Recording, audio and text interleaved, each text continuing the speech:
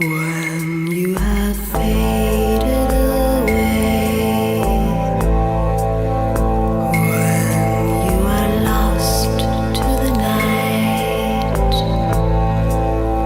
may you return to me, may all your battles be easy to fight. Thoth Hermes Podcast. Welcome to the world of the Western esoteric tradition. Calls you away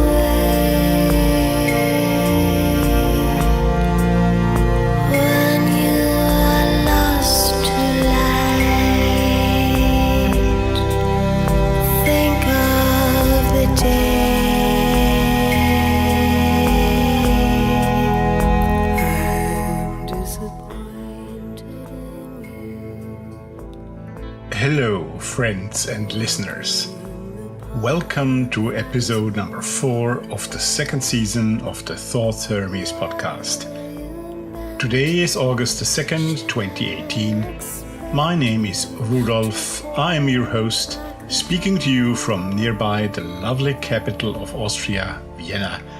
And believe me, it's hot here. Now, this is finally the return of Thoth Hermes to its regular schedule, and I'm so glad we are finally there.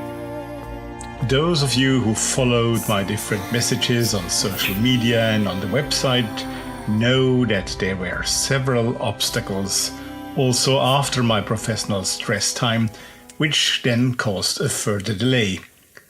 But now we are back, and I hope you will keep your fidelity to the podcast.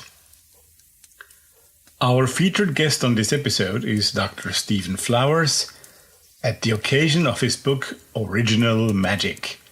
I'm sure you're going to enjoy this. I will also present 2 exciting new books to you after the interview, and I present the music of Finnish occultist Aki Cederberg, whom I am sure many of you know also as an author. More on that later on. The news section is not present in this issue because I am rethinking its format for the future. If you want to know more about this, well, you will have to stay on until the end of this episode, where I will tell you more. For those of you who have not yet been here before, let me give you quickly the usual information. Thoth Hermes is a podcast presenting extensive interviews with important authors and figures from the world of the Western esoteric tradition, as well as some music, reviews, news, etc. Please do also visit our website, www.thothhermes.com. That spells THOTHERMES.com. There you can find all the show notes, previous episodes, etc.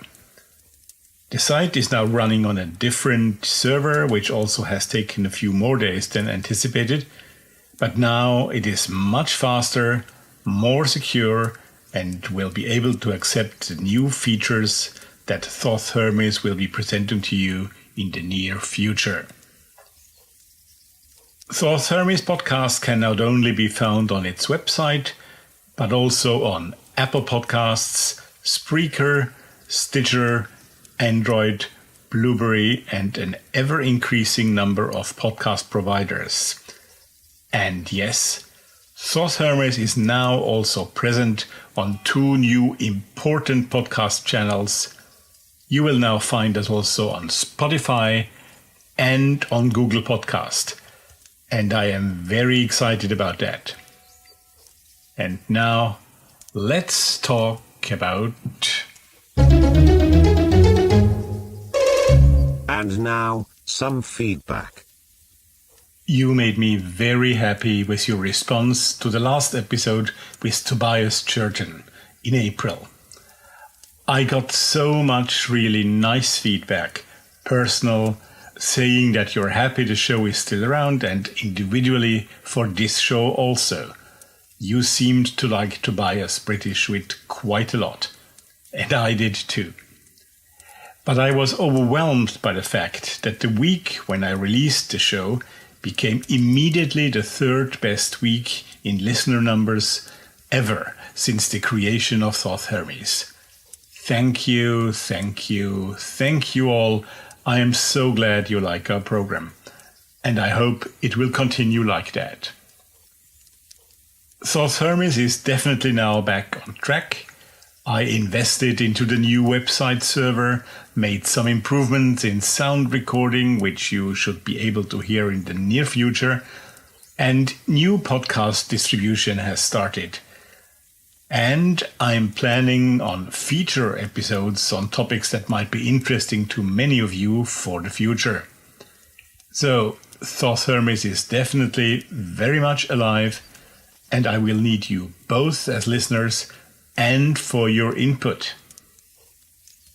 During each episode at this moment, I tell you in what way you can give your input and feedback to me.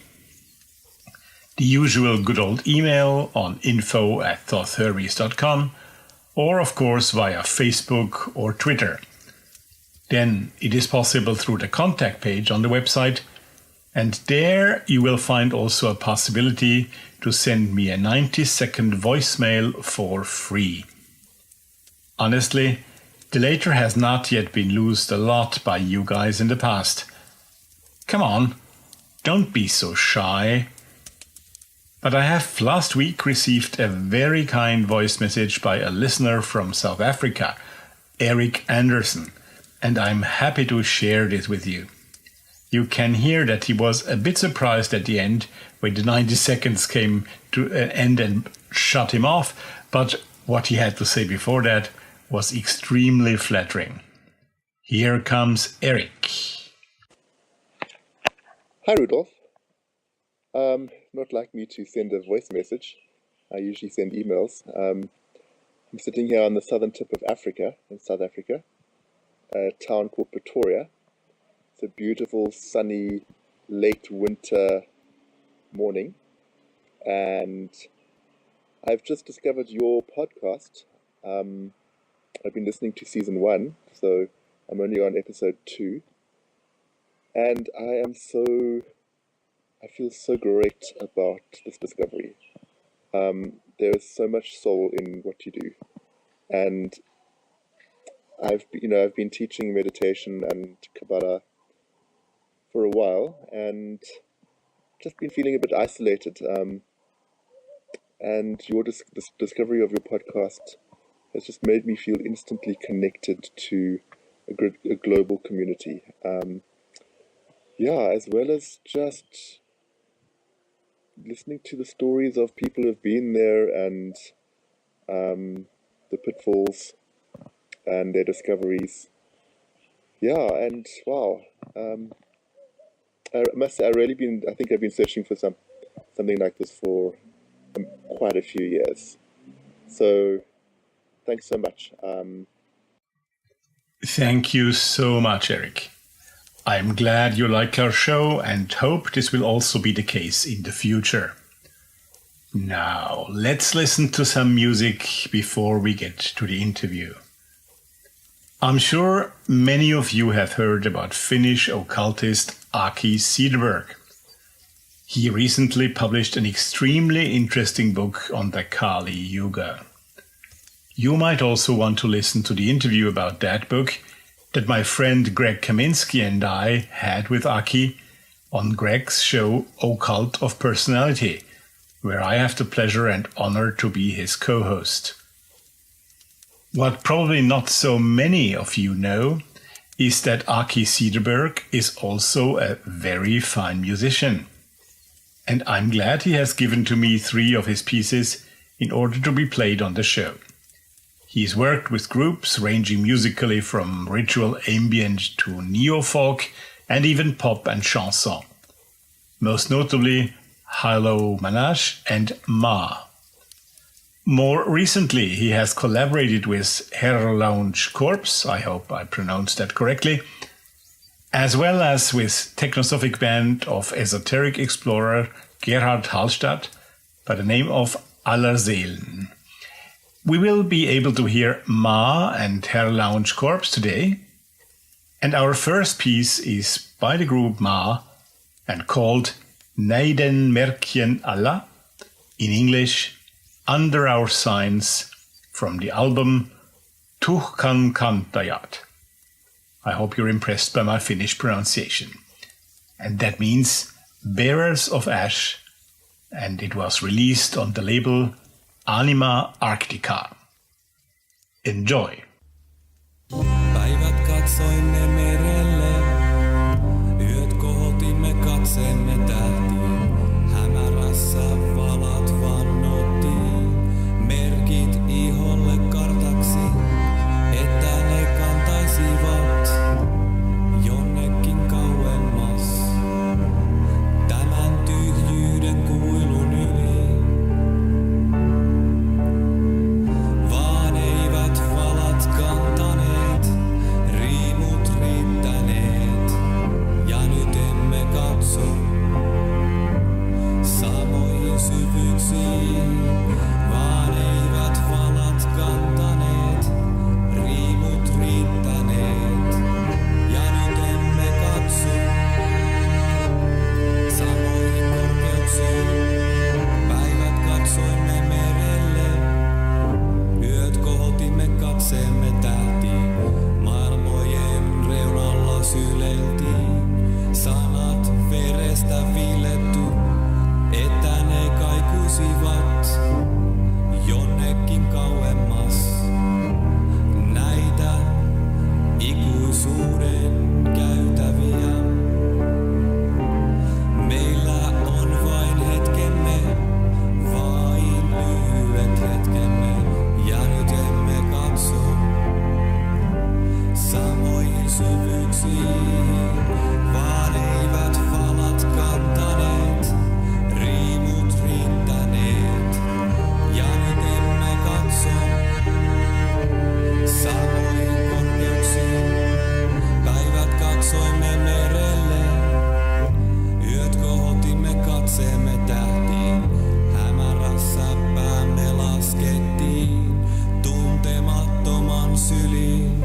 Tämä vainko humalan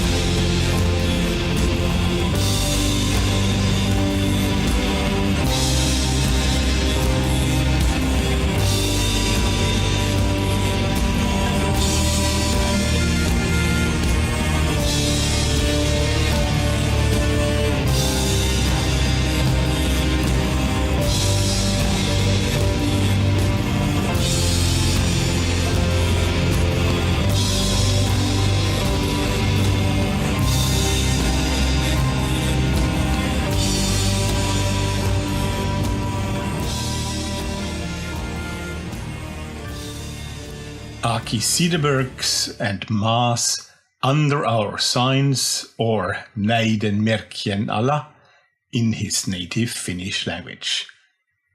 You will find English lyrics and a link to Aki's homepage on the music page of the Thoth Hermes website. Here comes the interview. I don't think that I need to introduce Dr. Stephen Flowers to most of you out there. He has been an important teacher and academic and has written many interesting books on many varied topics in magic and the occult. Some of you might know him best for his books on runes, others regarding his take on the Fraternitas Saturni. You might realize when you listen to this interview that we have already recorded it a bit over half a year ago. My apologies. So when we talk about his upcoming book on the Fraternitas Saturni, this is now already out and available. And you will also find details about it on the show notes on the website. Also, the other book he will be talking about has already been announced for the near future. So look out for that. Stephen lives in an area in Texas where the internet connections is not so good, so he preferred to do this interview via phone. This is just an information for those of you who might hear a kind of different type of sound. And now, without further ado, let us welcome Dr. Stephen Flowers. It's a great pleasure for me to welcome on Thoth Hermes podcast Dr. Stephen Flowers. We are speaking to him at his home in Texas, and I'm very honored and pleased to have you with us tonight. Good evening, Dr. Flowers. Good evening. How are you? I'm good, thank you. Yeah. There could be many reasons for us to meet tonight here on Thoth Hermes, but the real reason this time is your new book, Original Magic, the rituals and initiations of the Persian Magi. But before we get there, I would like to ask you to talk a bit about yourself. You are a really important person in the esoteric and occult worlds. Many of our listeners do, of course, know you, but maybe they don't know who is behind the books, who is behind the man. So, Dr. Flowers, what brought you to the studies of the esoteric and the occult? What guided you there?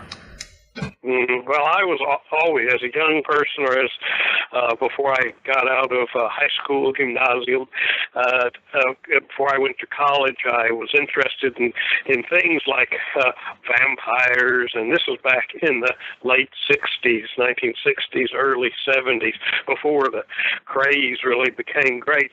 I was interested in horror films and all of that kind of thing as a child, and so I was interested in that. And as I matured, then my interests matured. But they were pretty much within the realm of what you would expect from the late 60s, early 70s interest in matters occult. But as I found myself in university, I was situated at the University of Texas at Austin. And there, at this place, we had a great faculty involved with mythology, history of religion, and things of that nature. So I became exposed to these kind of ideas on a more academic level, and so I began to synthesize these two poles, as it were, of rational scientific investigation with the occult interest, and I think created, with my interest in runes at that time, and continuing interest in them, obviously, kind of a synthesis that was potent in the sense that it what became a formula for me for examining many kinds of esoteric fields, a thing which I call the Polarian method of synthesizing the rational scientific with the subjective interior work. Mm-hmm. Have you experienced what many people who are trying to combine the science and the the practice, let's call it like that, within the occult and the esoteric worlds. Have you experienced difficulties? I don't mean personal difficulties from your end, but from the other side, from people talking to you, working with you, studying with you? Well, yes, of course, there's always, at both ends, one might say, well, that Flowers, he's too rational, too scientific, pedantic. He thinks there's a right and a wrong, perhaps, or that, there are just 24 runes when I think there are 56 and a half, or something like that. That kind of totally subjective end of the pole. And then on the other hand, of course, from the scientific standpoint then those people will reject any kind of subjective interior component, believing falsely that their science is completely objective, which of course it never is or can be, as long as there is a subject, that is a doer. Yeah. As long as there is a doer of this study, there is and must be a subjective component. And in the true and accurate analysis of something, even scientifically, we have to, the hermeneutics of it demand a kind of a sympathy or empathy for the so-called object of our study in order to come to a truly accurate interpretation. Yes. So Indeed. That's something that I battled sort of within the runological scientific community. They have gone in completely, not all, some of the older guard still have a more balanced view, but younger runologists, for example, in the academy are really totally fixated on linguistic phenomena and sort of are completely reject anything magical having to do with the runes and that sort of thing. So that's been a problem on that end, I'm sure.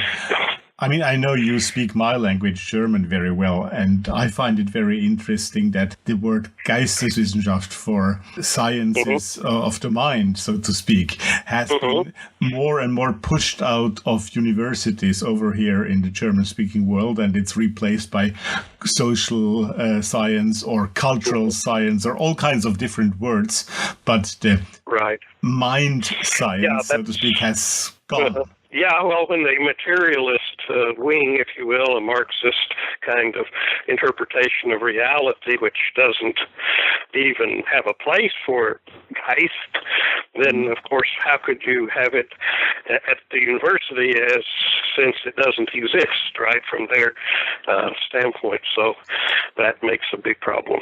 Absolutely. Well, speaking about background still for a minute, you studied in Germany, didn't you? Can you tell us maybe just 2 minutes about your background there? In Göttingen, yes. Yeah, in Göttingen, I studied runology with Professor Dr. Klaus Duve, and so that's what when I was doing my doctoral dissertation over here, my Doktorvater was Edgar Ptolemy, who's a famous Indo-Europeanist, and hence through him and others is the sort of gateway to this interest in Iranian ideas, Persian ideas, Old Persian, ancient Persian ideas, since they are so much connected to our own tradition, although this is often greatly ignored, or because of the prejudice for the connections between Germania and Rome and Greece. Those are well studied, but the connections between the Iranian world, the Scythians, Sarmatians, Alans, and the Germanic world and the Celtic world go ignored, mainly because they're prehistoric and there's no written text about them or that document this. So then, therefore, you can see how the prejudice towards the written word becomes a way of deforming history because it ignores reality that existed in a world in which writing, except for runes, for example, was unknown and unwanted.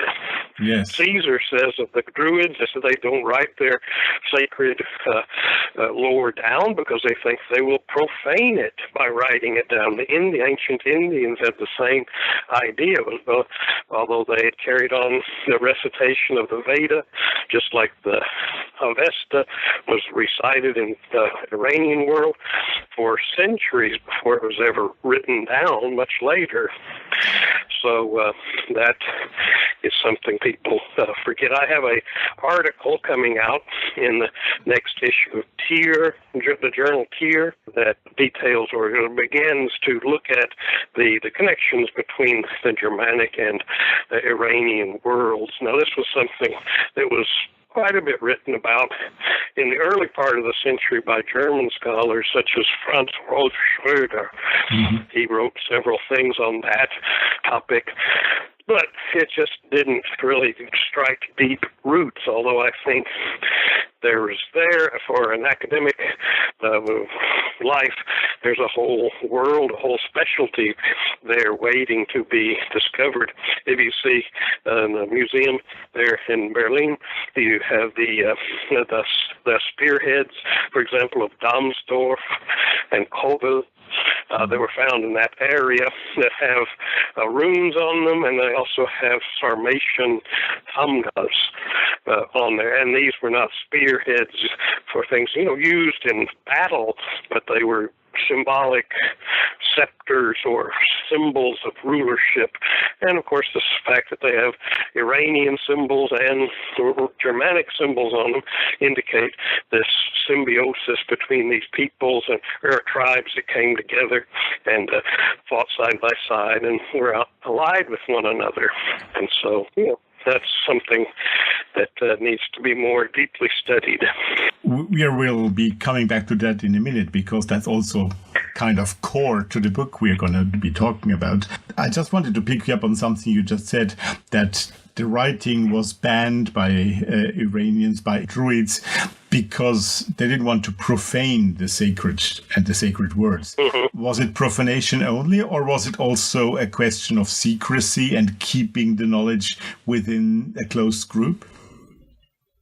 Right. Well, even writing it down, you can still keep it secret. For example, the Egyptians or others, or the Sumerians and all of the people of Mesopotamia simply created writing systems that were so complex that only priests could read them. Mm-hmm. So that's why they call them hieroglyphics, priest writing. So you can still keep it secret because you make it unbelievably complex for anybody to read, except for the initiate. When, in fact, of course, as the Greeks discovered, we make X number of sounds. We have X number of characters for each one of those sounds. You can learn to read and write in an afternoon if you're clever enough. And so they were the first ones to really make a totally phonetic script.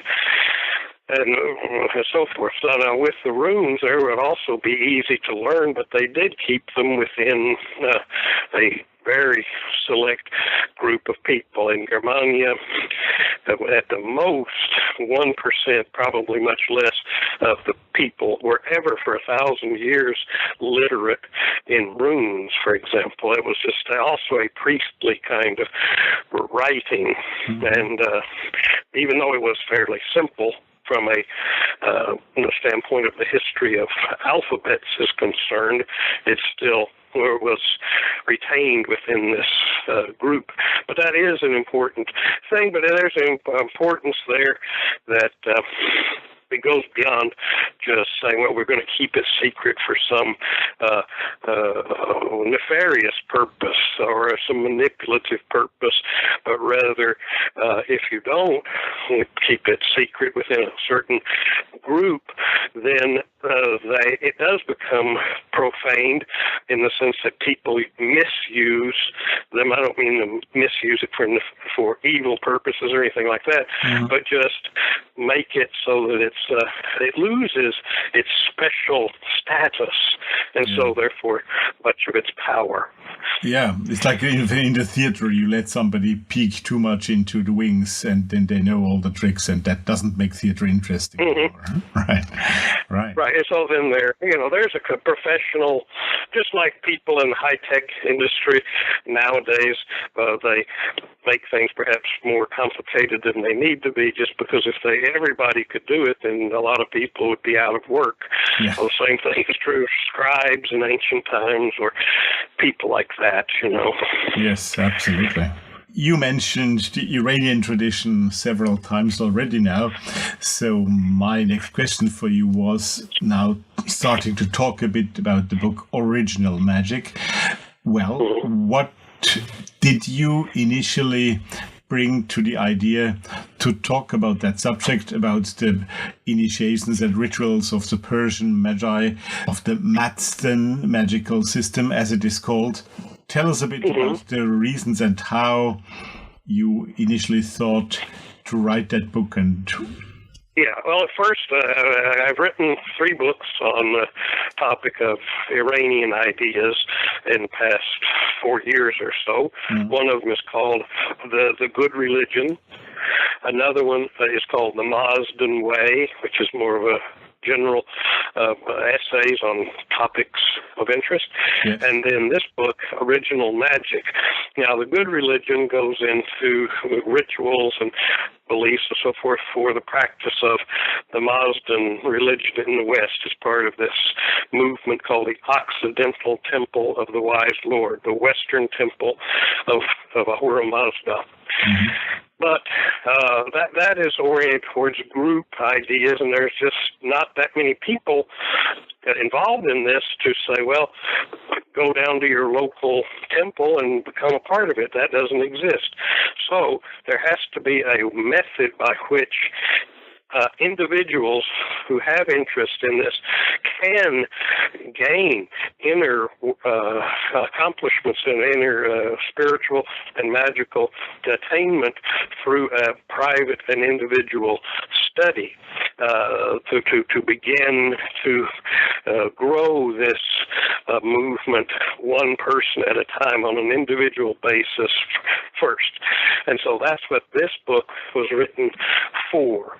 It is very much similar in its scope and certain aspects of its method to one of my best-known works, and that is The 9 Doors of Midgard, called Die 9 Tore von Midgard in German. And so it has a method to a daily work for an initiatory system and a 1-year curriculum, so that the person doesn't have to say, this is what you must do, but at least it is a guideline to say, really, to make progress rapidly, you need to work every day, do something every day, and study intellectually, read the background and the myth and the religion and the lore and all of that sort of thing, and then do something actively, ritually, meditatively, etc., every day according to a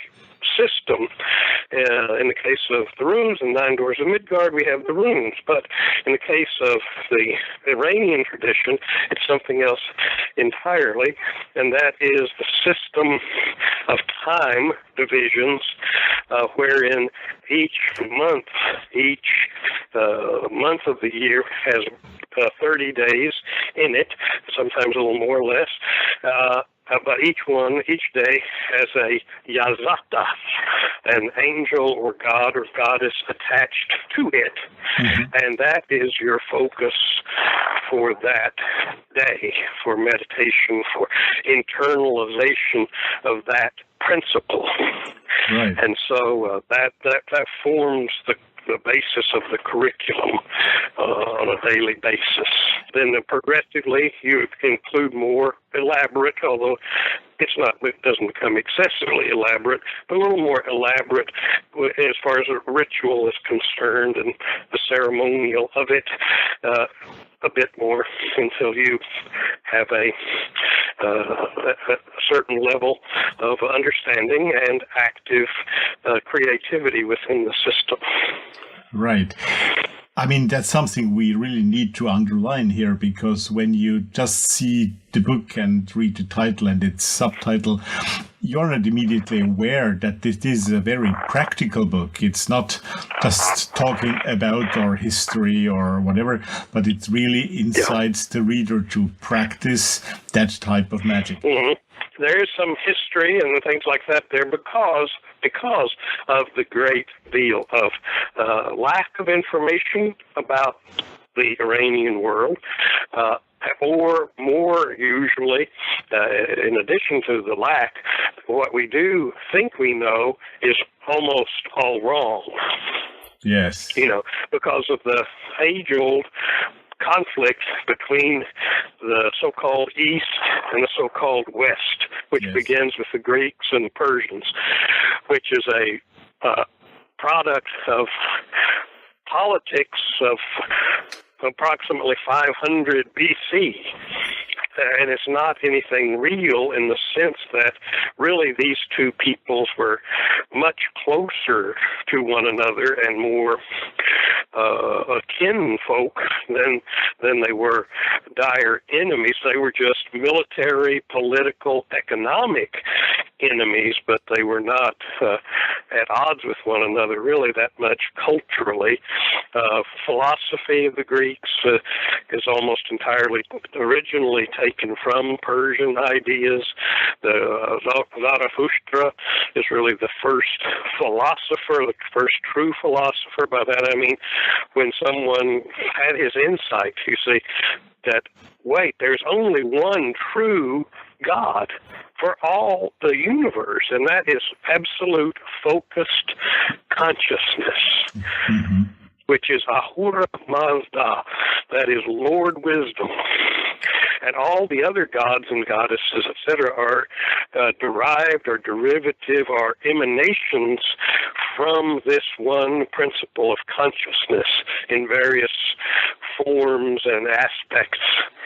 And so that moment of insight where he was able to say, these gods and goddesses that I, myself, Zarathustra, am a priest of, the way my brethren think of that is that they think of the gods as sort of like humans. They're kind of like humans. They hate things. They love things. They're jealous. They are vengeful. They are all the things, except they're just a little smarter than humans, and they live a whole lot longer than humans. But that's the only difference. Yes. Whereas Zarathustra had this insight, which is called Daina. That's what it means, religion in this system, or more specifically and precisely, it means insight. He had this insight. Once you have this insight, then you are transformed when you truly understand it, that these things are principles, abstract principles, and the human mind, human soul, which is called the Fravashi in this tradition, is one of these.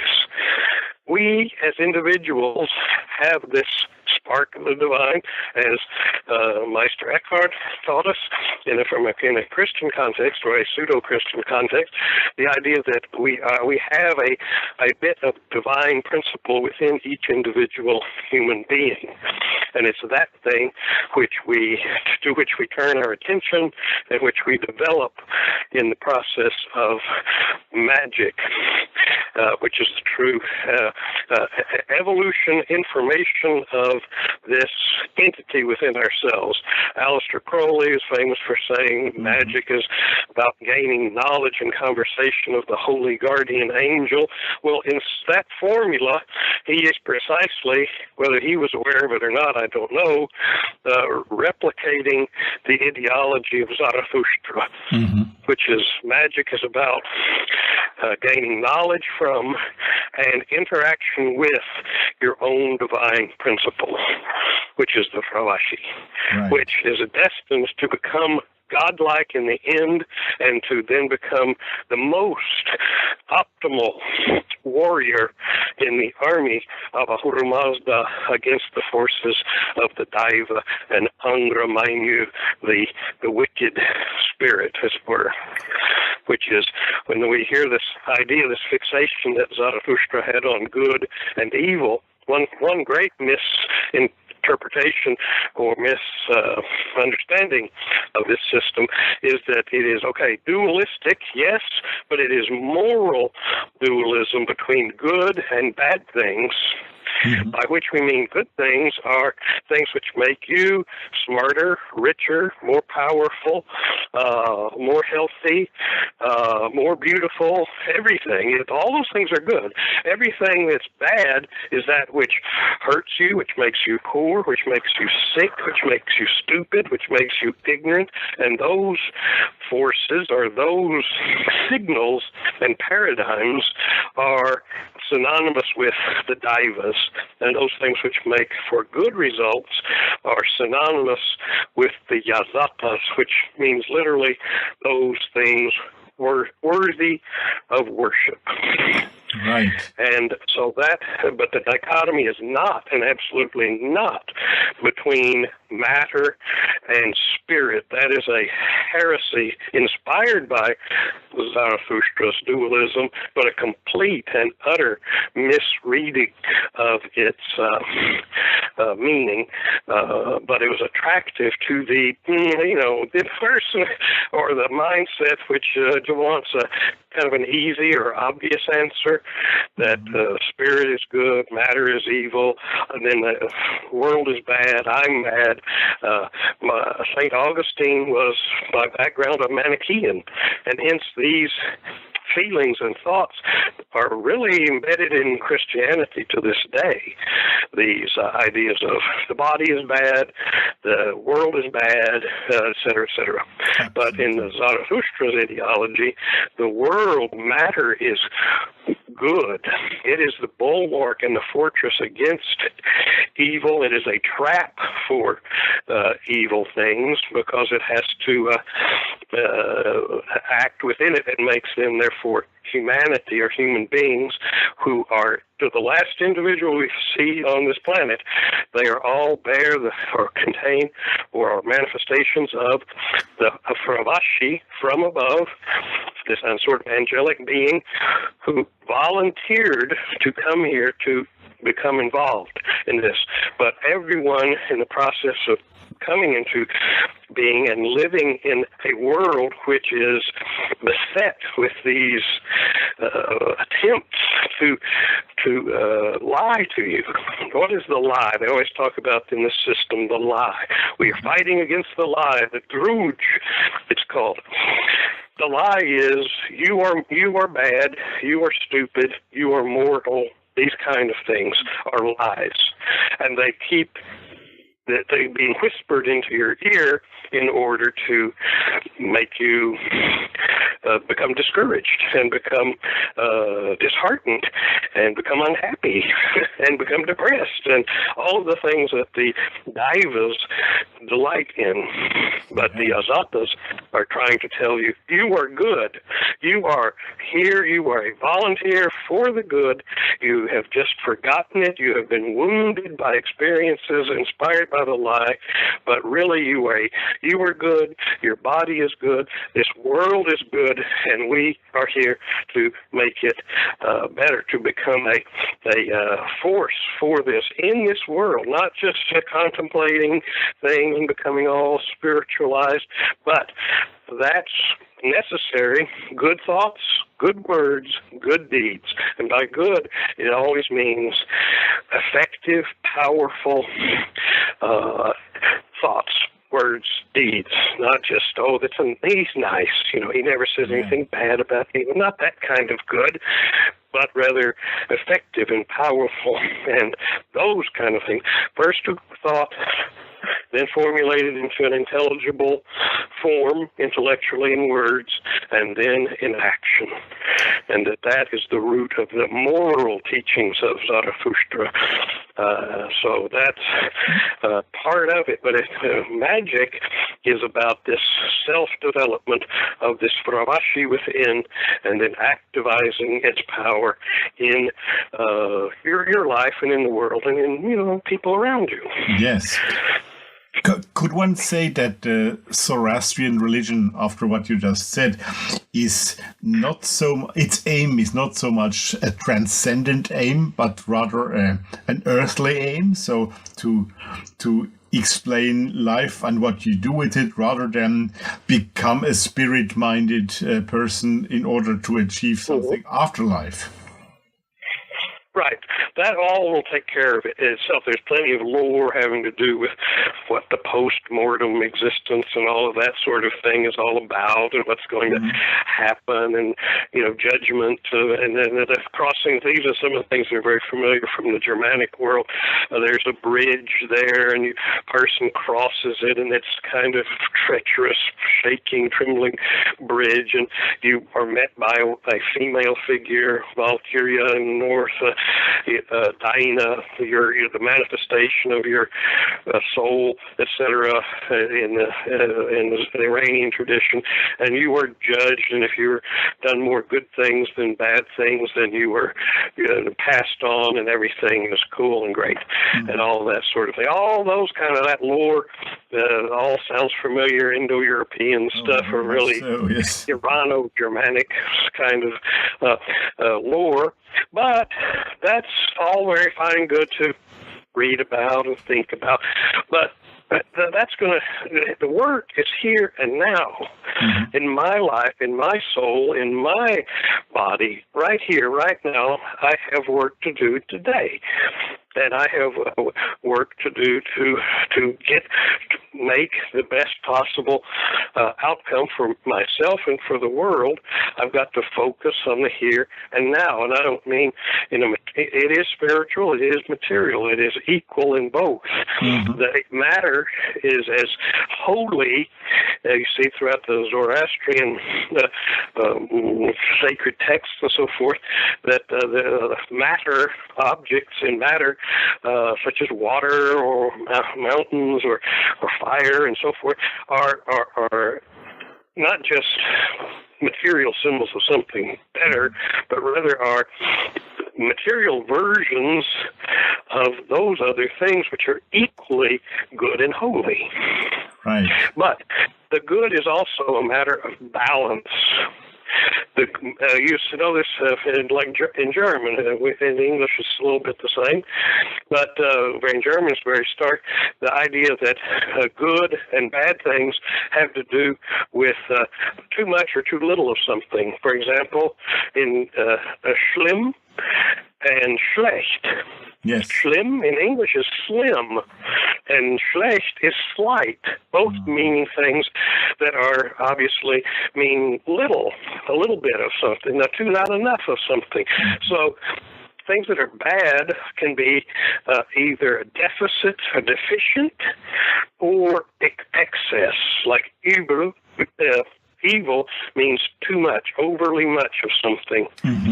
So you have something like water is necessary to life, is holy, but tell that to a drowning man.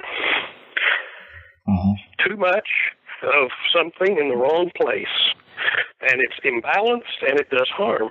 So it is, good things are good, but only when they are in their proper balance and place. Indeed. And so ritual and ceremonial and the art form of this ritual in Zarathustrian magic is sort of a rehearsal for the kind of activity that bleeds over then into your thoughts, words, and deeds of putting things into beautiful, harmonious balance and expression of these powers.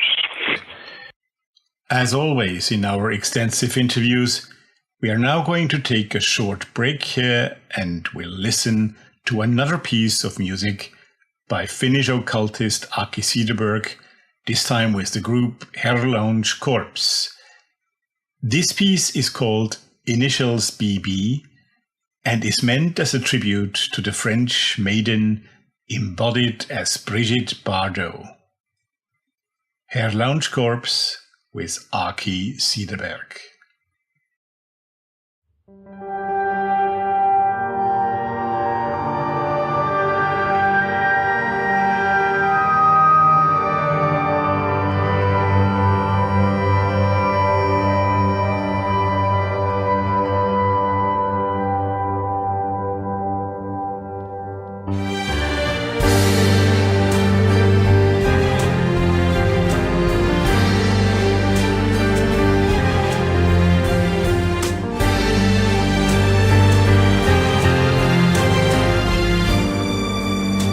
Yhtenä yönä kun olin itsekseni alamaissa, jossain englantilaisessa baarissa Lontoon sydämessä, lukien hirveää rakkautta, kirjoittanut Pauls. Minulle ilmestyi visio viskisoodassa.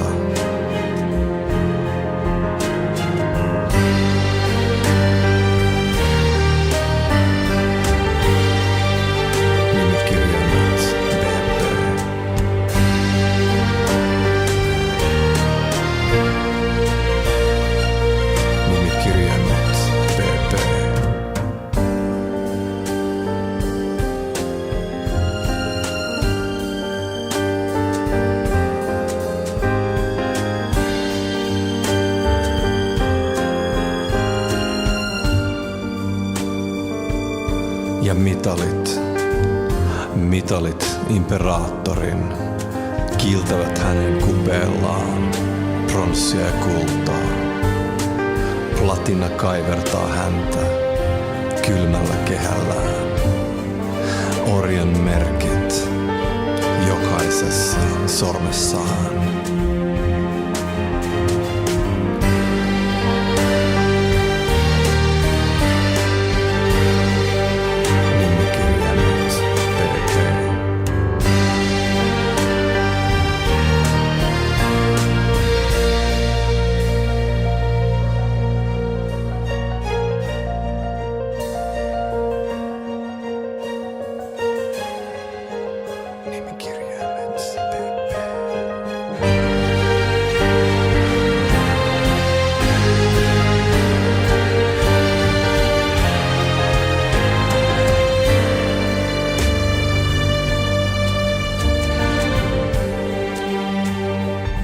Ja saappaat nousevat ylös hänen reisiään pitkin.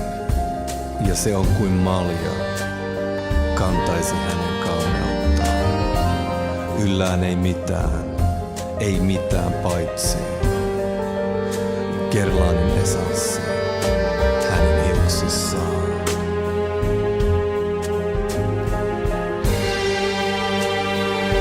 Gerlanin esanssi hänen hiuksissaan.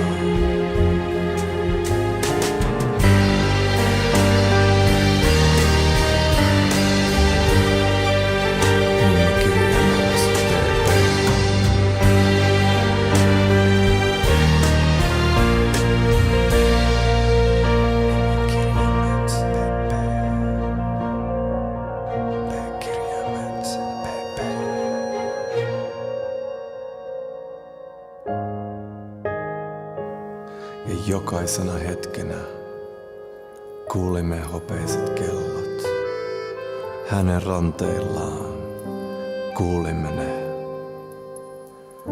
Sen hopeisen helinän, kun hän lähestyi ja sanoi yhden sanan.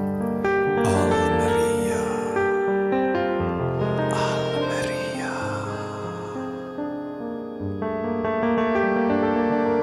Nimikirjaimet, P-kirjaimet, P-kirjaimet, P-P.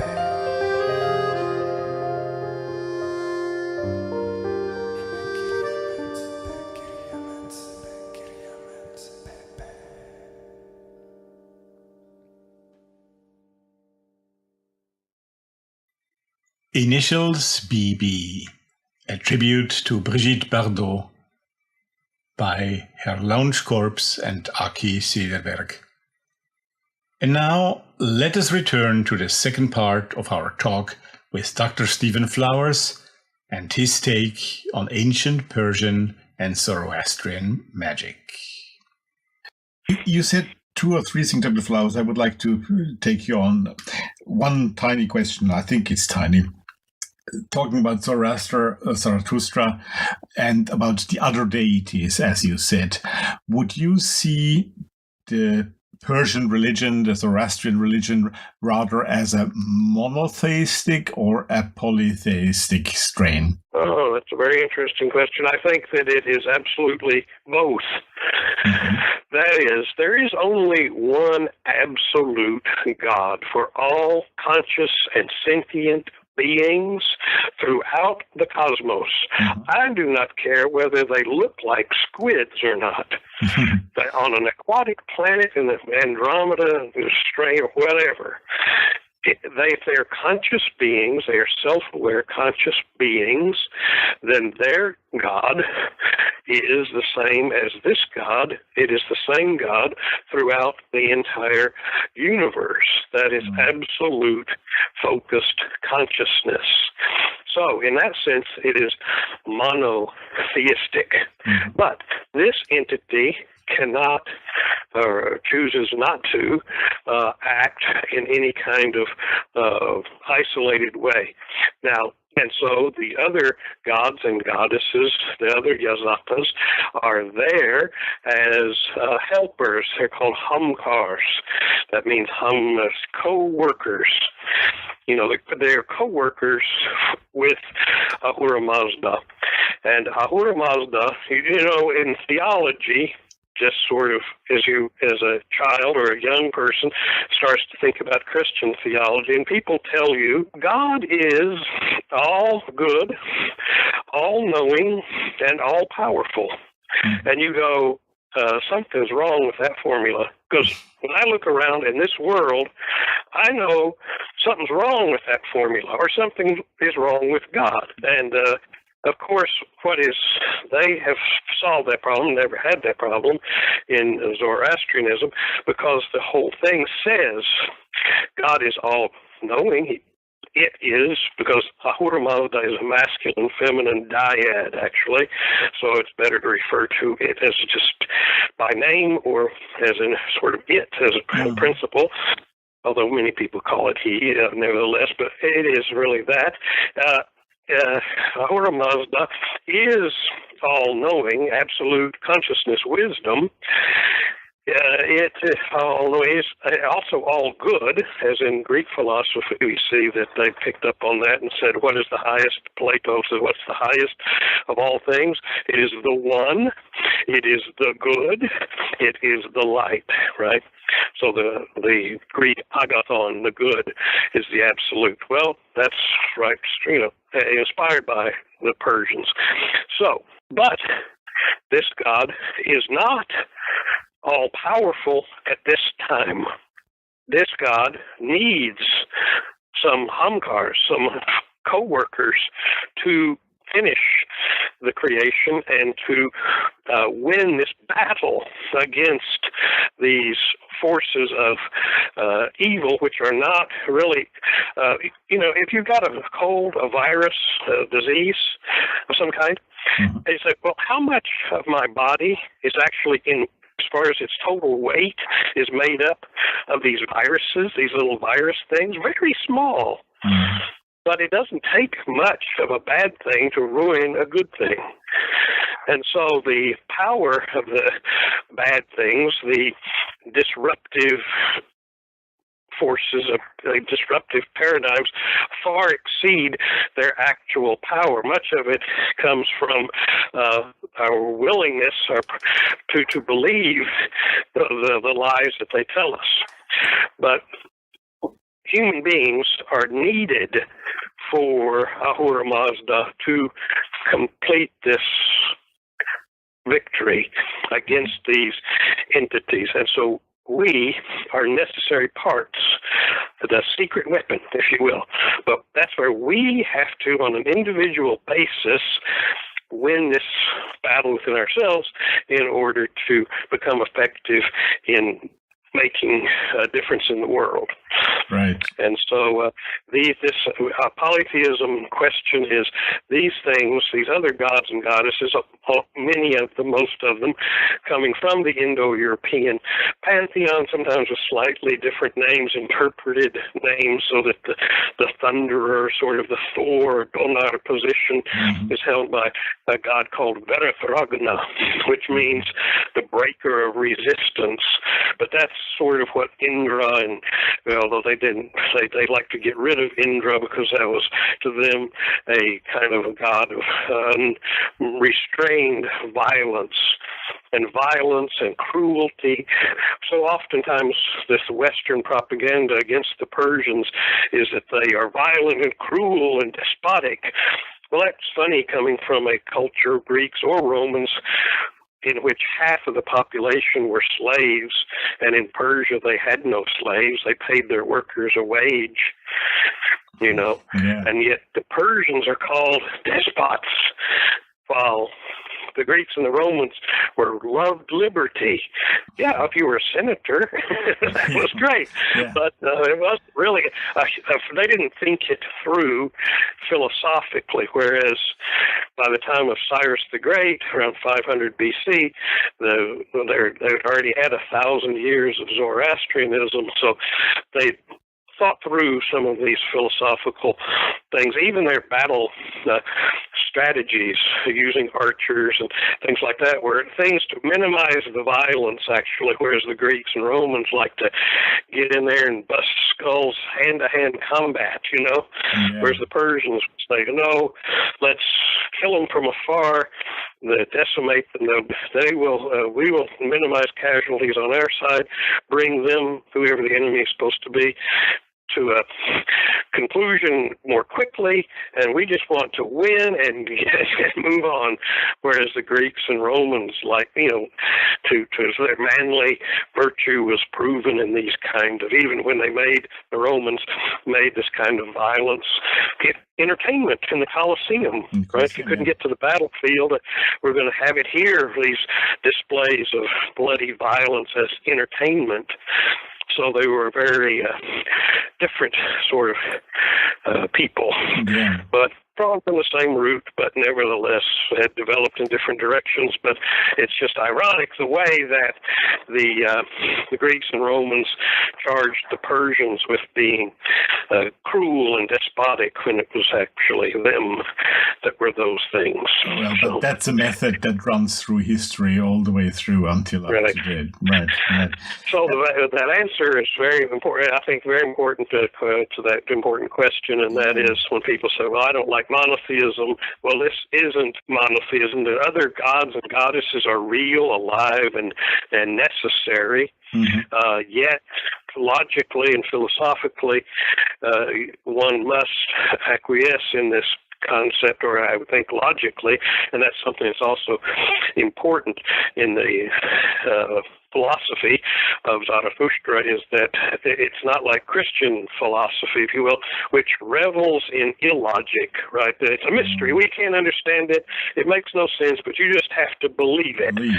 That kind of thinking is foreign to Zarathustra, that it is an extrapolation from a logical position. As strange as some of the things might appear, nevertheless, their litmus test, they try to bring it back to logic and a kind of a rational outlook.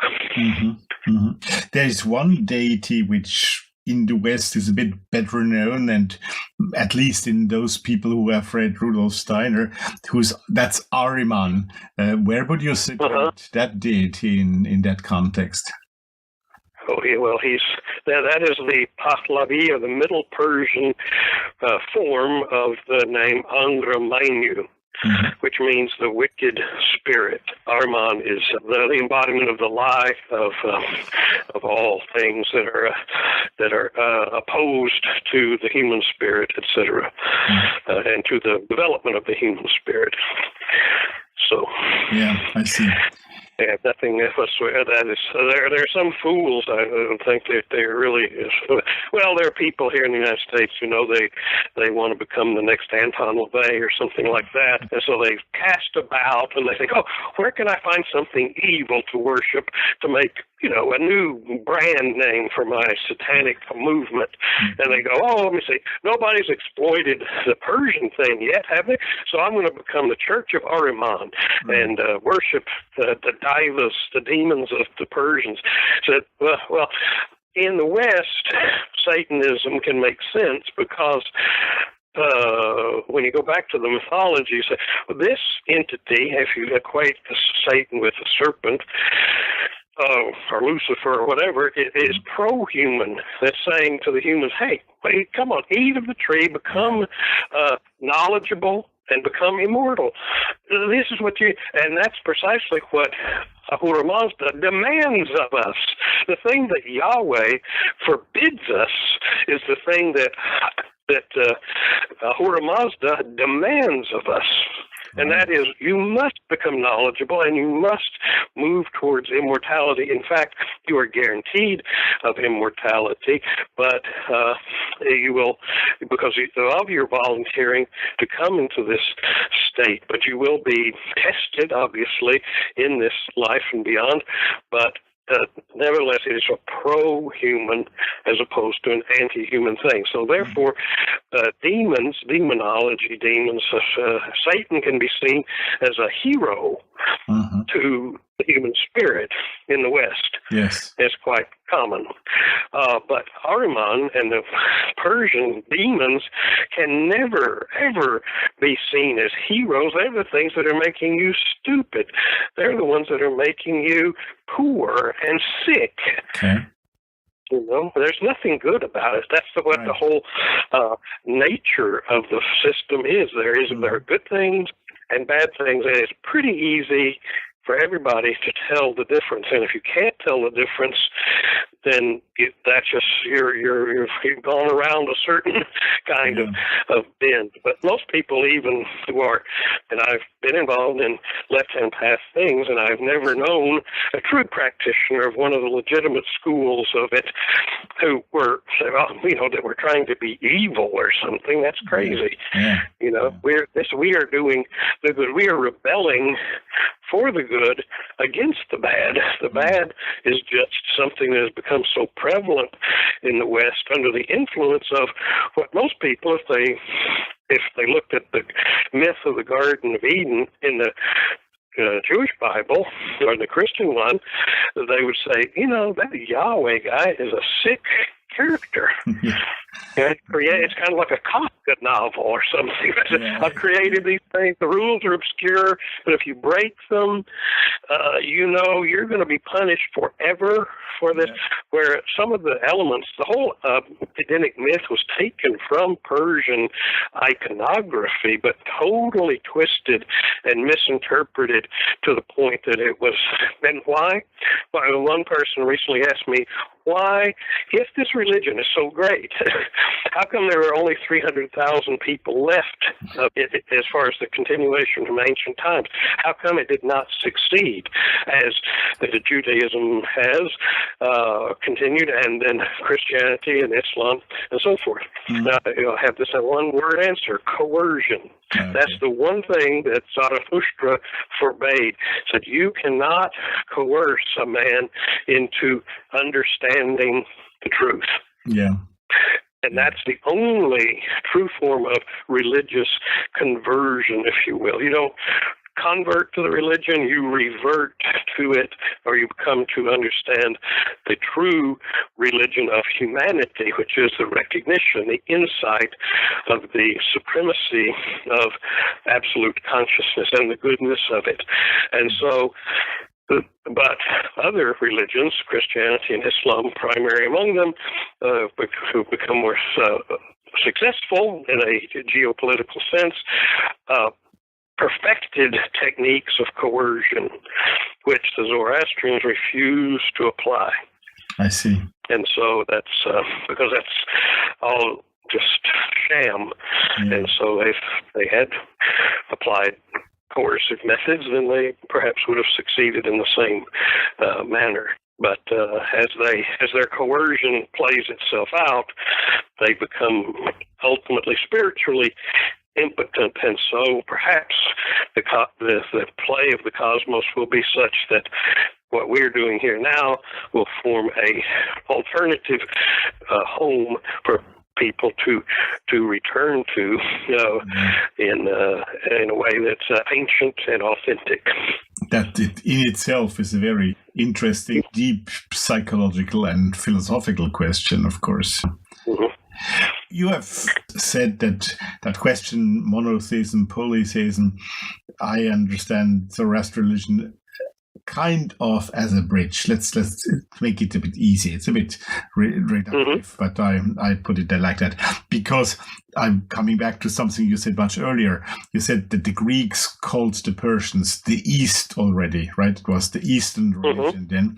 And nowadays, by my personal feeling, but I think it's quite a common feeling, the Persian religion still is more seen like a Western, esoteric at least, phenomenon, and not an Eastern. When we talk about Eastern or Western traditions, East is Hinduism, Buddhism, Zen, and all that. But the Persian religion and the Persian traditions, don't you think they would be today taken more to the Western tradition? Yeah, well, I see that the whole thing is resolved in a reinterpretation of these directional symbols, and that what all of us, what Europeans, and whether they are Romans, Greeks, whatever, as well as the Persians, as well as the Vedic Indians, at least, are part of what I would call, if you looked at a map and where peoples had their origins and where they went, is a northern tradition. At one point, the Indo-Europeans sitting up above the Black Sea, the Caspian Sea, and up on the steppes there together before some of them go east to Iran and to India and to the borders of China. And then others come west and go south down to the Hittites and all that. But they come from the north as opposed to the southern traditions of Egypt and of Mesopotamia, the Sumerians, Akkadians, etc., and Semites and such. So really we are at one as northern traditions, and then yes, because really the difference between the Persians and the Greeks was minimal. A lot of the aesthetic differences were just having to do with what styles they chose to borrow from, etc. But that's really they're part of sort of one thing. But the Greeks and the Romans made for this dichotomy or this idea of the evil East, and they were thinking of the Persians and the Persians only, the Indians and the Chinese and others, which we now think of as the East, obviously. Were completely unknown or virtually unknown to them. But much of what we get from the so-called East, or what we think of as the East, even like Buddhism, probably has its roots in Zoroastrianism also. Zarathustra himself, writing about 1700, not writing, but reciting and composing about 1700 BC, mentions in his Gathas that silent meditation is the surest pathway to wisdom. So, and where does Buddhism really take root? Where does it come and really go from?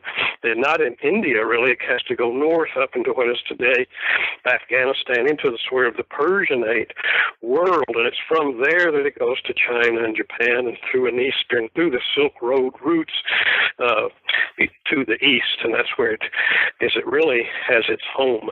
And people have looked at this, at Taoism and the yin and the yang and all of that sort of thing, and has the cultural absorptions of that. Now, what we know is that Zarathustra founded something called the Mazdan, which means great fellowship, and that's the means by which the texts, the mantras, the verbal formulae were transmitted from teacher to student for centuries and millennia. And this formed the great fellowship. And part of it was that they would go into other lands and insinuate the ideas, and I think this was largely a failing proposition, but it was something they attempted to insinuate themselves or ideas of the good into people's cultures without trying to be boastful, prideful, etc., and say, listen, you need to be a Zoroastrian, you need to learn the ways of Zarathustra. Rather, they would say, well, let's take your mythology and try to make it better. Right. And it's been noted by historians of religion, etc., that Judaism was completely reconfigured under Persian influence at the time of the so-called Babylonian captivity. Mm-hmm. This is probably where things like Kabbalah and the things that, for example, some of the earliest scholarly writers on Kabbalah, such as Adolphe Franck, this French writer from the 1840s or something, when they started to study it scientifically or from a religious historical perspective, said, where did this idea of emanations and such things come from among the Jewish people? This has nowhere to be seen. It's nowhere to be seen in this religion until a certain moment. And that was at the time of contact with the Persians during the time of Cyrus. When Cyrus came, liberated the Jews from Babylon and repatriated them back to Jerusalem and helped them rebuild their temple, financed it, because he said, these people, we're going to be good allies or whatever. And so he was great. An entity, a person called in the Old Testament, called the Messiah, the Messiah. Mm-hmm. Is Cyrus the Great, because he liberated the people. And he conquered Babylon without killing anyone, through psychological warfare. And part of the way he did it was saying, I give all credit to Marduk, your God. It wasn't necessary for me, to take credit and lord it over people. These poor Babylonians were thinking he's going to kill half of us, enslave the rest of us, and do all sorts of horrible things, because that's what we would do to him if we conquered him. But yet he said, no, worship your own gods, continue on. This is what we have, and if you're interested, you're welcome. But if not, then carry on. And that's this idea of non-coercion, really and truly, in realpolitik, really practiced, not just lip service given, but rather actually practiced.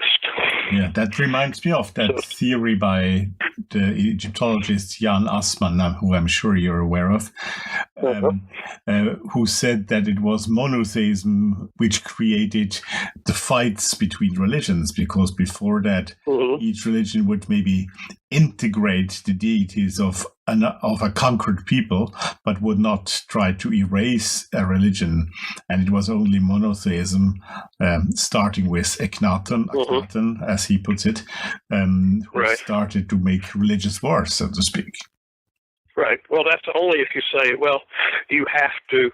That if I force you to worship my God, that's good. That's a kind of accomplishment. If that's what it takes, that's what I'm going to do. Yeah. Rather, if you have the non-coercion philosophy, then you just say, this is how I live, and this is who I am, and you're free. You are free at each moment in your life to make the choice. This choice of Adam between choosing good and evil, which of course Yahweh just saw as obedience and disobedience. Mm-hmm. No, the choice between good and bad at every moment. We have this choice between a good choice or a better choice and a worse choice or a bad one, and we have that at every moment of the day throughout our entire lives and beyond, I'm sure.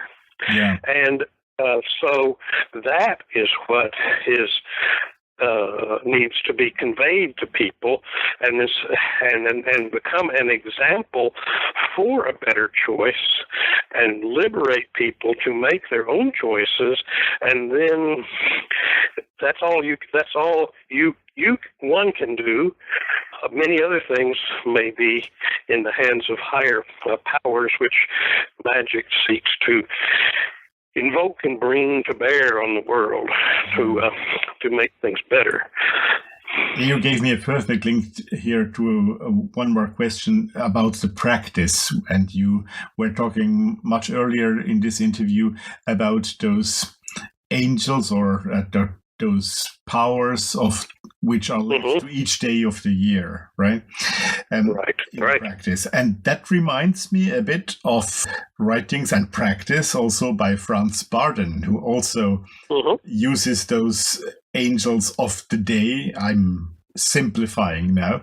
Do you see any link there, or is that coincidence? Well, that's one of the main things where you say original magic, and you see, what do you mean by original magic? Well, this form of magic, which is common in grimoires or whatever from the Middle Ages, and because they're rooted, you find them in Arabic, which are really translations or Islamizations of Persian ideas, where the sort of the zodiac and the degrees of the zodiac are ascribed to various angelic beings. That's exactly what this Mazdan system is. That's the original one. This is where it comes from. That's why the Greeks and Romans thought the Persians had invented astrology, and Zoroaster was this great astrologer. They were observers of the heavens, hence this idea of the story in the Gospel of Matthew, where the three magi come and honor the Christ child. Well, that's this idea. This was a way they put that in that book, because they thought these people, these magi, these Zoroastrian priests, are the gold standard, if you will, of religion. Everyone knows they are the most prestigious people. So we have to have a story there that says they think our guys are great, is good, etc. And so, but the idea that they're observing the stars in the heavens and this kind of thing. Now, what the star actually was, if there was one, was something that was possible, that they observed the night sky, and if there was a nebula or some kind of conjunction or all kinds of different things in a certain constellation, for example, in this case in Aries, which was ascribed to Judea and that part of the world, that this meant that a Saoshyant, a savior, a great teacher, would be born in this place or at this time. And so that was something that this idea of saviors, of course, we're familiar with that. You think of bodhisattvas and avatars and all that kind of thing, but really the oldest form of this we know of is in the Persian system, where they talk about Saoshyants, which are saviors, people who come, or beings who incarnate, who are here to teach and to make the world better and to give new information and that sort of thing. And at the end of time, there'll be this great Saoshyant.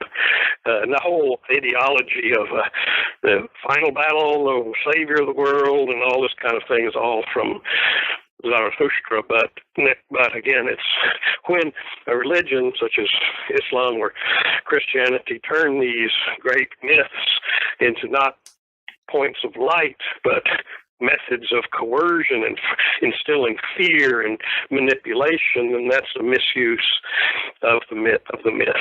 Yes. So that's bad.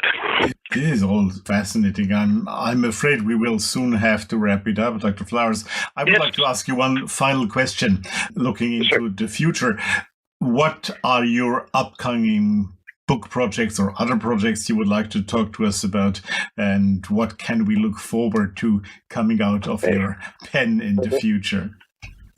Okay, well, I just finished a book on the god Wotan, and that will be quite a big study.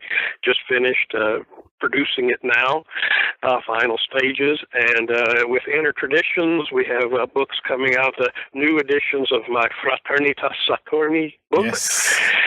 And one called Rune Might, which is an old book of mine, has been updated and improved about the German rune magicians of the early 20th century. That's coming out. And I'm also working on a book about esoteric interpretations of American horror films of the early 20th century, before 1975. Many fascinating things. When in the olden times, there was a phenomenon in America, which I was part of in the 1960s, where little kids were fascinated with horror films, and we saw horror films, we watched them on TV, and we had magazines that talked about them, and we were called or became called the Monster Kids because we were all into monsters. But the people who made these old movies in the 20s, 30s, 40s, the people who made them were not into horror films and stuff like that. They were just really coming up with these things sort of deep within themselves, almost like a Rorschach test of the culture. So the things you see in these old movies are really put there almost unconsciously, so they can be interpreted in a hidden kind of way. After a certain moment in time, when the Monster Kids started making movies, we were very well aware of what we were doing. And so there's no unconscious elements there anymore. It's all really pretty much out in the open, and nothing to interpret as hidden meanings or anything, because nothing is being hidden. And so I have undertaken this new idea, I think, of interpreting these things, and a lot of them have to do with the literature that was based on Edgar Allan Poe and, of course, Frankenstein and all these kinds of things. So that's a book I'm working on now, and others. I usually have 3 or 4 books working at one time. Many things to watch out for there. Many things. But those Inner Traditions books. I have a book that's just come out. It's really one of my older books, but virtually no one saw it because it was published at a time I didn't have much resources at that time. It's been published by a new publishing house called Arcana Europa. Okay. Arcana Europa, and it's the Northern Dawn, a history of the reawakening of the Germanic spirit. And this is the first volume of a 3-volume study about the reawakening of Germanic spirit. And so to put this in the context of history, and this volume deals with the origins and ancient manifestation in the medieval period, in which a lot of these ideas were really sort of maintained and held on to even within a Christian overlay. And then subsequent volumes will talk about the revival of the Germanic religion up to the present time. So, but that's a new book, and a new publishing house I want to alert people to is going to be doing a lot of interesting things. Arcana Europa. My books, a lot of them that are available on Amazon, etc., but you can also go to my website, seekthemystery.com, to find books, and that's sort of my overriding philosophy, and everything that I do is summed up in the Old Norse phrase "rein til runa," which means seek the mysteries, because that's what is so much a part of our human spirit, to do that. And by seeking them, we get more and more clarity as we seek the unknown. Absolutely. Well, that sounds like a perfect phrase to wrap it up, Dr. Flowers. That's right. Thank you so much for being with us today. It was great to have you. Thank you. And I'm looking forward to hopefully have you back one day with some other interesting topic to talk about. Sure. I look forward to it. Thank you. Thank you, Stephen, for your time and for your interesting insight you gave us in this interview. And apologies that this interview took over half a year to be released. I hope you all enjoyed. What I like about this book in particular is that it is a great combination of practical advice and historical background, and it has a readable and practical length. You will find all the details on the Thoth Hermes website. And now, let's get to a couple of other books I would like to present to you.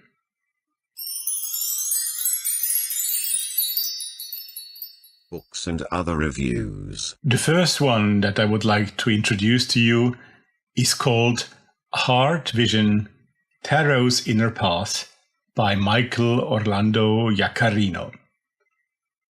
Another tarot book, you might say? And yes, of course, it is another book on the tarot, and as a base it also uses the well-known Rider-Waite cards. But to me, the book has a very special touch, and it is not just another book to fill the tarot section shelves of some esoteric bookstore. It is a genuinely fresh and revealing book that is well worth having, reading, and working with. This starts already introduction by the author. In a very clear and straightforward way, Iaccarino presents what this book is all about, what it should be, and also what it is not. The book clearly focuses on the spiritual path deeply rooted inside of each of us. And it wants to help mostly the solitary worker to develop his or her own path across the Book of Thoth, as the tarot is also often called. What I really like about this book is that the interpretations of the cards that are given by the author here are, on one hand, rather new and original. Many of them I have never heard of in such a way. And the ideas are really interesting and opened often new paths to me. On the other hand, Iaccarino is never dogmatic, as many other authors might be. He suggests, he tries to open and provoke your own thoughts about what you see and experience. In my opinion, this is the only way to open the inner path anyway, but with this book, you don't have to overcome an obstacle to get there. One of the reasons why the author is achieving this is that he obtains the wisdom in his book from all kinds of different sources and from a diversity of spiritual traditions. To cite just a few, Hinduism, Crowley, but also contemporary thinkers like Shani Oates and Julian Vane. The book really shows that tarot is not an old-fashioned tradition, but a living art that lives in our time and really also point towards the future. Its own and ours, of course. Also, among the spreads that Iaccarino presents towards the end of the book, there are many that I have never seen being done that way, which strongly suggests that they have been developed genuinely by the author. So this book is truly original and new in a good sense. I also like a lot the big number and detailed footnotes, which do not only clearly show the references the author has, but it gives the interested reader an enormous amount of supplementary information to access if he or she wants to do so. What I slightly deplore is that the images of the tarot cards are rather small and in black and white. But this is probably a question of cost for the editor and understandable if you want to keep the book at an interesting price. And to be honest, the book is not meant to replace the real tarot deck in your hands. So this criticism is in fact really minor. Altogether, I was very pleasantly surprised to discover this book and can only fully recommend it to all of you. It is not just one other book on the tarot, but for anyone who wants to get a fresh approach on a subject he thinks he already knows all about, just as necessary a read as it is for the starter who doesn't want to be blocked by overcome interpretations and tarot dogmatism.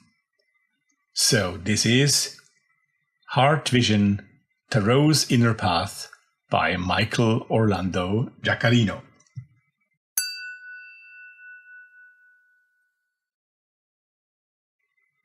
I promised you a third piece by Aki Cederberg and his friends, and here it comes, before we get to the second review. Here he is again with the group Ma, again from their album Tuhkan Kantayat. This piece is called Südenma, in English, Heartland.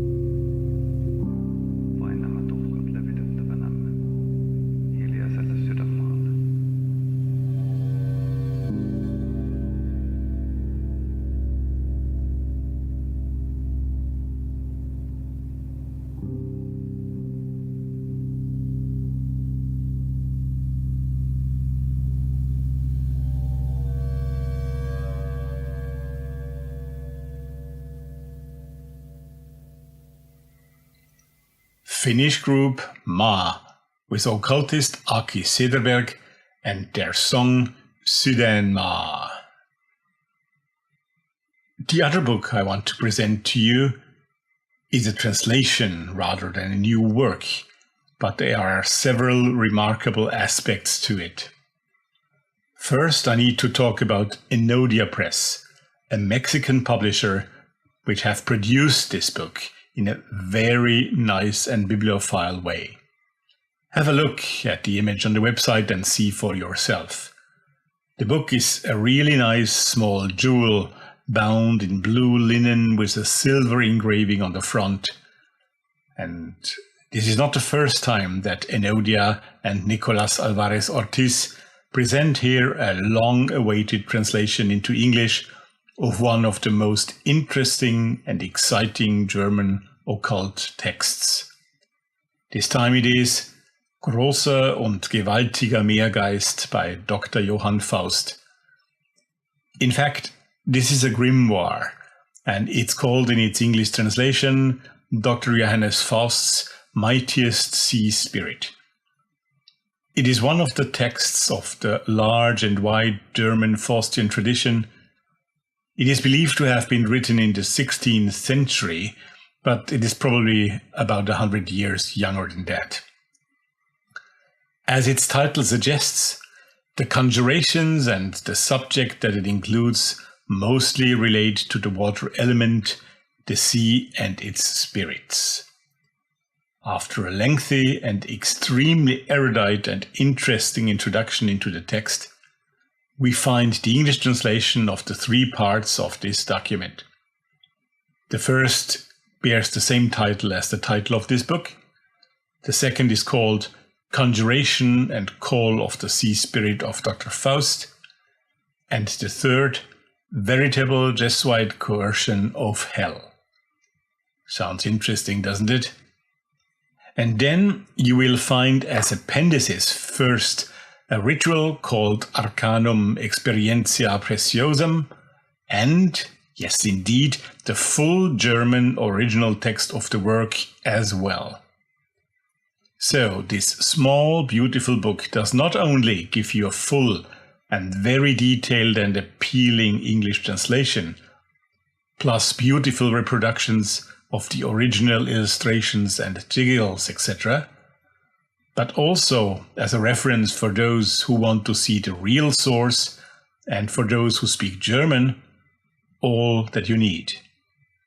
And this makes this book, in my opinion, quite extraordinary. It is a must-have for all grimoire collectors and for people interested in the Faustian tradition, be it in German or in an English translation.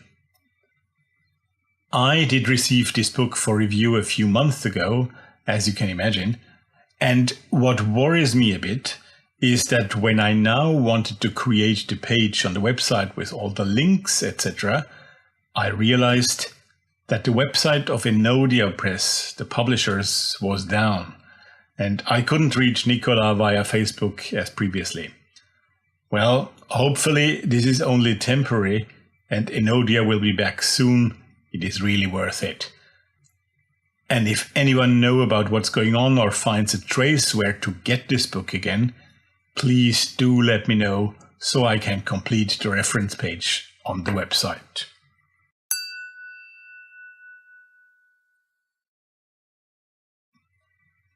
As it has been so long that we have not done a real news section, there would be lots of other things to talk about. I don't nearly know where to start. So what I will do in the near future is, instead of the news section, open a news blog on the Thoth Hermes website, where it will not only be me who is to present news, but where you can actively participate. So watch out for this. Of course, I will also announce this new blog in one of the coming episodes of this podcast. And the most important pieces of news will always be also ready here in the podcast. And this brings this episode number 4 of the long interrupted second season of Thoth Hermes podcast to an end.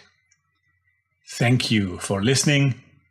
I hope that once again we were able to give you some interesting ideas and insights into the world of the Western esoteric tradition. We will be back in 2 weeks with episode number 5, presenting American author and occultist Tracy Rowlin, talking on the subject of Santa Muerte. I have already recorded a couple of other interviews a few weeks and months ago, and I'm looking forward to welcome more interesting guests here in the near future.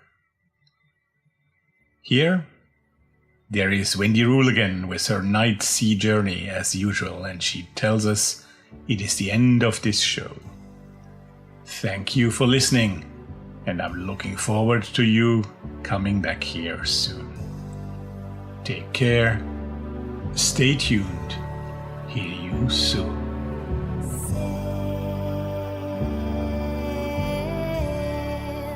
Slow as the moon,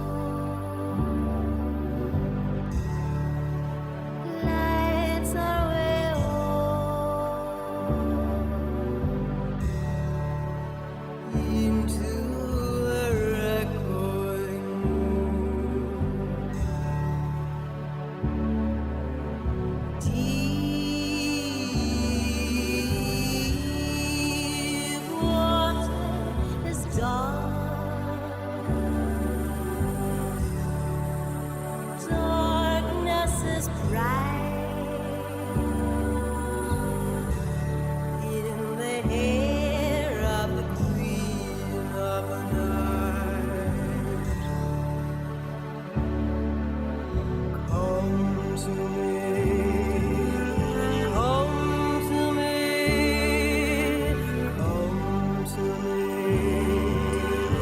come to me, come to me, come to me, come to me, come to me. Dive, water's cold, water's cruel, water that quickens your soul.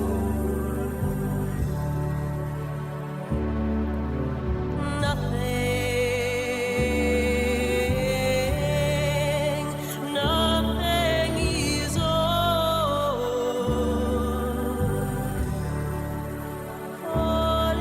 is within. Nothing can soften her core.